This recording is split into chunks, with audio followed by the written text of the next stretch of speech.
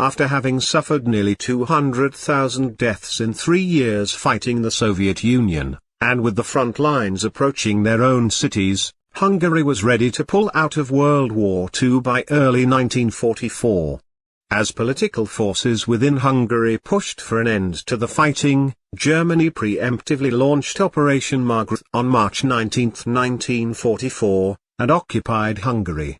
In October 1944, after successive Allied victories at Normandy and Falaise, and following the collapse of the Eastern Front following the stunning success of the Soviet summer offensive, Operation Bagration, the regent of Hungary, Miklós Horthy, again attempted to negotiate a separate peace with the Allies. Upon hearing of Horthy's efforts, Hitler launched Operation Panzerfaust to keep Hungary on the Axis side, and forced Horthy to abdicate. Horthy and his government were replaced by the far-right National Socialist Arrow Cross Party, led by Ferenc Szálasi. As the new ultranationalist government and its German allies prepared the defense of the capital, the 9th SS Mountain Corps, consisting of 2 Waffen-SS divisions, was sent to Budapest to strengthen the city's defense. The Soviet forces were part of Rodion Malinowski's Second Ukrainian Front. Formations that actually took part in the fighting appear to have included the 53rd Army, 7th Guards Army, portions of the 3rd Ukrainian Front, including the 46th Army, and the Romanian 7th Army Corps. Facing the Soviets was a collection of German Army, Waffen-SS and Hungarian Army forces. The Siege of Budapest was one of their bloodiest sieges of World War II. The Red Army started its offensive against the city on October 29, 1944. More than 1 million men, split into 2 operating groups, advanced. The plan was to isolate Budapest from the rest of the German and Hungarian forces. On November 7, Soviet and Romanian troops entered the eastern suburbs, 20 kilometers from the Old Town. The Red Army, after a pause in operations, resumed its offensive on December 19. On December 26, a road linking Budapest to Vienna was seized by Soviet troops, thereby completing the encirclement. The Nazi-supported leader Ferenc Szálasi had already fled from the city on December 9. As a result of the Soviet siege, nearly 33,000 German and 37,000 Hungarian soldiers, as well as over 800,000 civilians, became trapped within the city. Refusing to authorize a withdrawal, Adolf Hitler had declared Budapest a fortress city, called Festung Budapest, which was to be defended to the last man. Waffen-SS General Karl Pfeffer-Wildenbruch, the commander of the 9th Waffen-SS Alpine Corps, was put in charge of the city's defenses. Budapest was a major target for Joseph Stalin.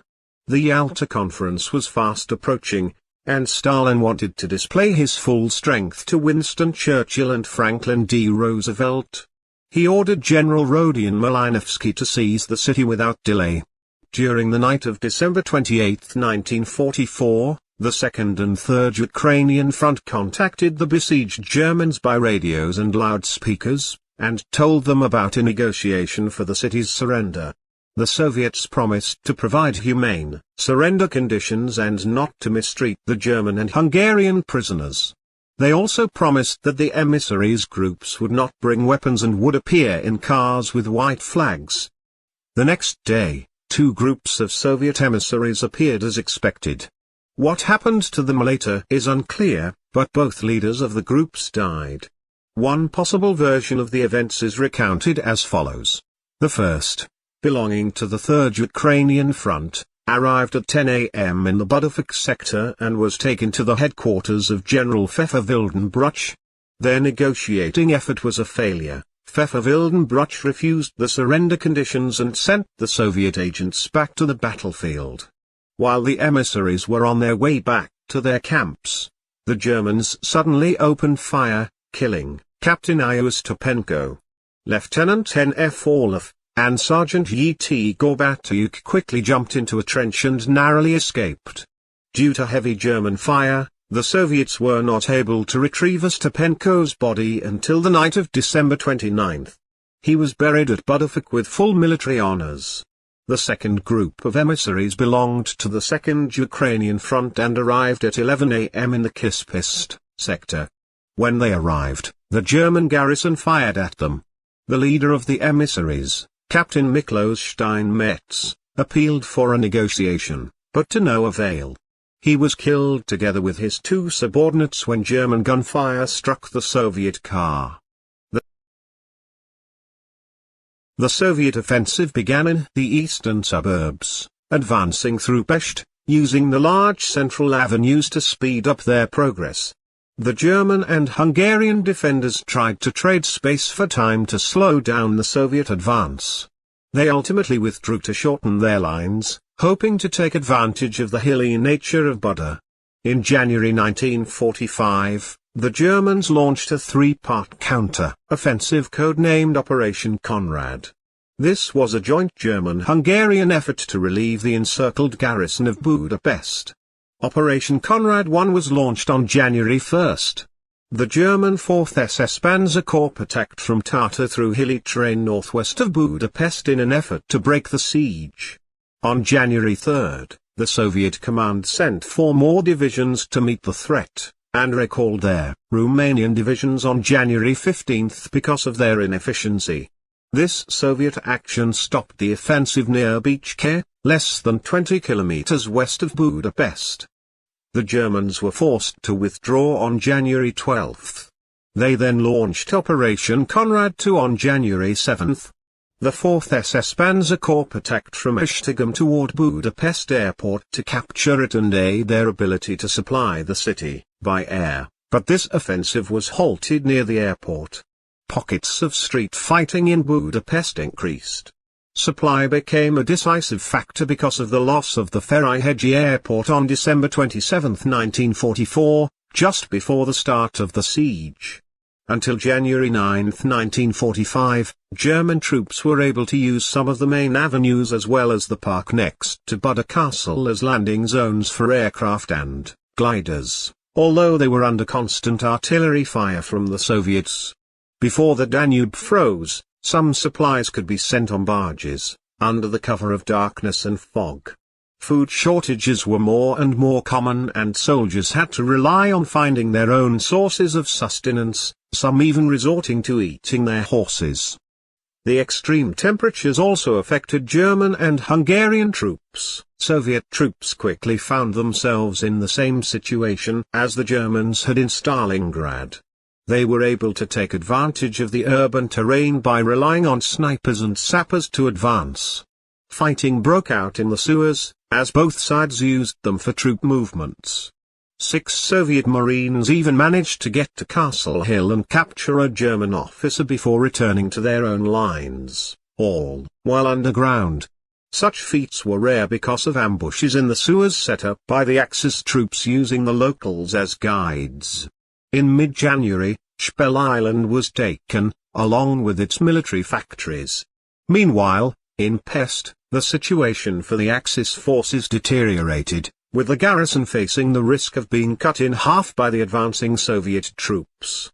On January 17, 1945, Hitler agreed to withdraw the remaining Axis forces from Pest to try to defend Buda. All 5 bridges spanning the Danube were clogged with traffic, evacuating troops and civilians. German soldiers destroyed the bridges January 18, despite protests from Hungarian officers. One of the bridges was the famous Chain Bridge, its construction completed in 1849. On January 18, 1945, the 4th SS Panzer Corps, now relocated to the region northeast of Lake Balaton, commenced Operation Conrad III. In 2 days the German tanks reached the Danube at Dunapentel, breaking the Soviet Trans-Danubian front, and by January 26, the offensive had reached a point roughly 25 kilometers from the ring around the capital. Stalin ordered his troops to hold their ground at all costs, and 2 army corps that were dispatched to assault Budapest were moved to the south of the city to counter the German offensive. German troops got to less than 20 kilometers from the city but were unable to maintain their momentum due to fatigue and supply issues. Budapest's defenders asked permission to leave the city and escape the encirclement, but Adolf Hitler refused. The German troops could no longer hold their ground, and were forced to withdraw on January 28, 1945, and to abandon much of the occupied territory with the exception of the city of Székesfehérvár. Unlike Pest, which is built on flat terrain, Buda was built on hills. This allowed the defenders to situate artillery and fortifications above the attackers, slowing the Soviet advance. The main citadel was defended by Waffen-SS troops who successfully pushed back several Soviet assaults.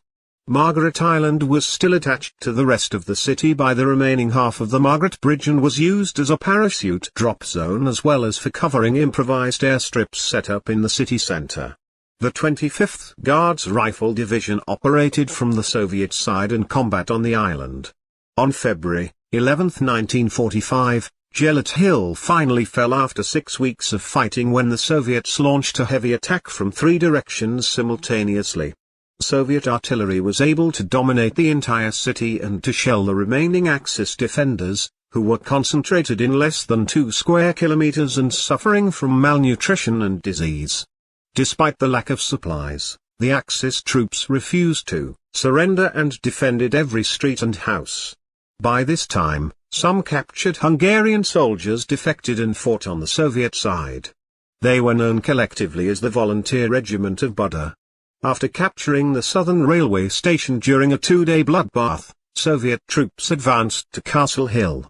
On February 10, after a violent assault, Soviet Marines established a bridgehead on Castle Hill, while almost cutting the remaining garrison in half. Hitler still forbade the German commander, Pfeffer Wildenbruch, to abandon Budapest or to attempt a breakout. The glider flights, performed by the DFS 230 gliders, bringing in supplies had ended a few days earlier and parachute drops had also stopped. In desperation, Wildenbruch decided to lead the remnants of his troops out of Budapest. The German commander didn't normally consult with their Hungarian commander of the city. However, he now included Hungarian General Ivan Hindi in a last desperate breakout attempt. On the night of February 11, 1945, 28,000 German and Hungarian troops began to travel northwestwards away from Castle Hill. They moved in 3 waves, thousands of civilians traveled with each wave.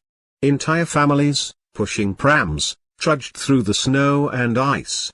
But the Soviets were waiting for them in prepared positions around the Shell-Kalmünter area.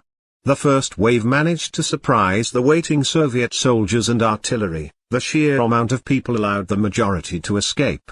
The second and third waves were caught by the Soviet artillery and rocket batteries that hit the area, killing thousands.